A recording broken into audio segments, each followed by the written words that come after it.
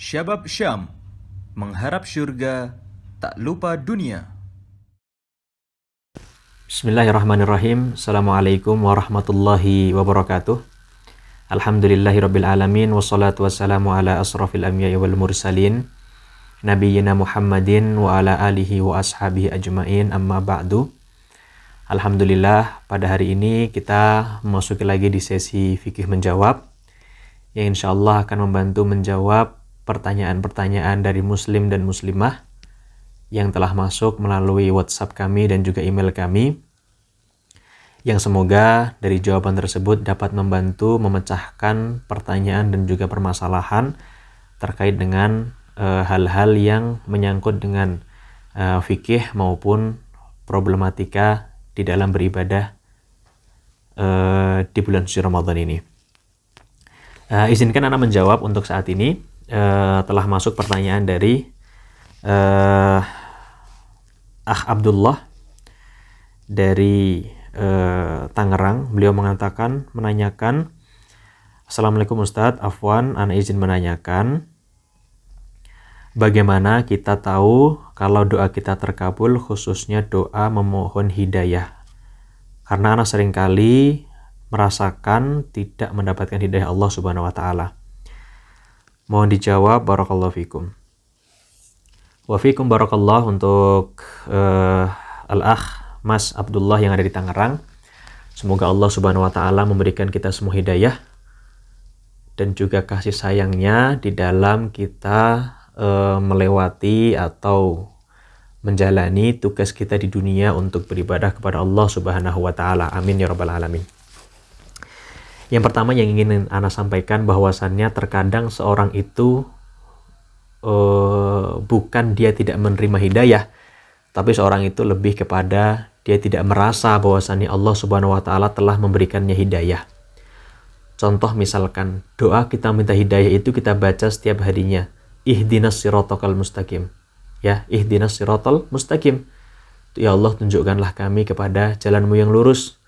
Ada juga kalau setiap kita sholat Jumat atau setelah kita selesai melakukan sholat, kita berdoa Allahumma hdina, ya Allahumma hdina, atau Allahumma inna nas'alukal huda wat tuqa wal afafa wal ghina. Namun mereka lupa bahwasannya Allah Subhanahu wa Ta'ala itu sebenarnya telah mengabulkan semua permohonan doa tersebut, khususnya doa-doa hidayah. Tapi kita lupa bagaimana contohnya. Contohnya Bapak, Ibu, teman-teman, khususnya teman-teman muslim-muslimah yang milenial ya, yang masih muda-muda, yang mungkin masih main sosial media, baik itu Facebook, Instagram, Twitter, dan lain sebagainya. Pernah tidak? Ini pertanyaan, pernah tidak ketika teman-teman itu memainkan Instagram, sedang scroll, tiba-tiba secara nggak sengaja dapat kajian ustadz, ya, dapat ceramah ustadz yang kebetulan itu sesuai dengan kondisi antum. Pernah tidak seperti itu? Pernah ya? Terus kemudian nanti ada yang bertanya, tapi kan itu algoritma Ustadz, algoritma dari sosial media, algoritma Instagram, algoritma YouTube, dan lain sebagainya. Antum perlu ingat, semua yang ada di muka bumi ini, mau itu algoritma YouTube, mau itu algoritma Instagram, mau itu algoritma sosial media, itu secara tidak langsung Allah yang menggerakkan semuanya. Ya kan? Kita nggak jarang melakukan seperti itu. Tiba-tiba scroll, yang mungkin kita lagi scroll, ngeliat-liat rumah, kita ngeliat-ngeliat apa, tiba-tiba muncul nasihat ustadz yang sesuai dengan kondisi kita pada saat itu.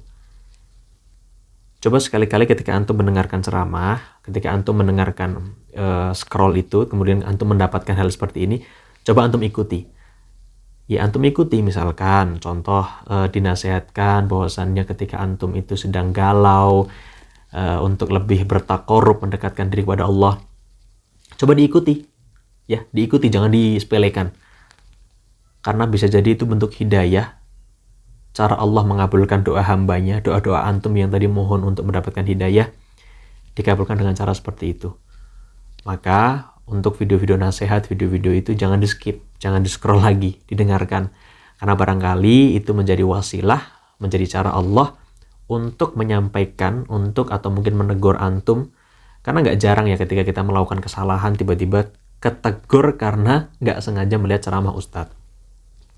Ketegur karena tiba-tiba scroll munculnya iklan Ustadz yang lagi ceramah tentang hal atau kondisi yang kita alami.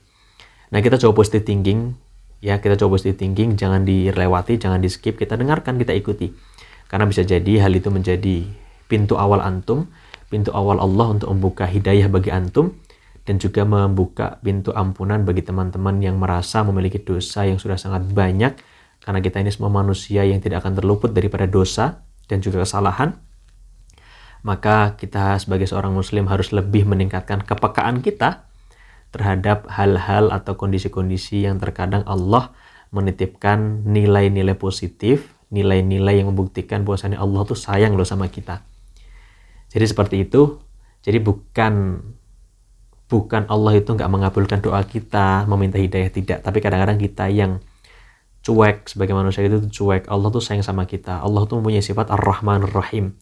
Maha pengasih lagi maha penyayang. Jadi nggak mungkin ketika Allah Subhanahu Wa Taala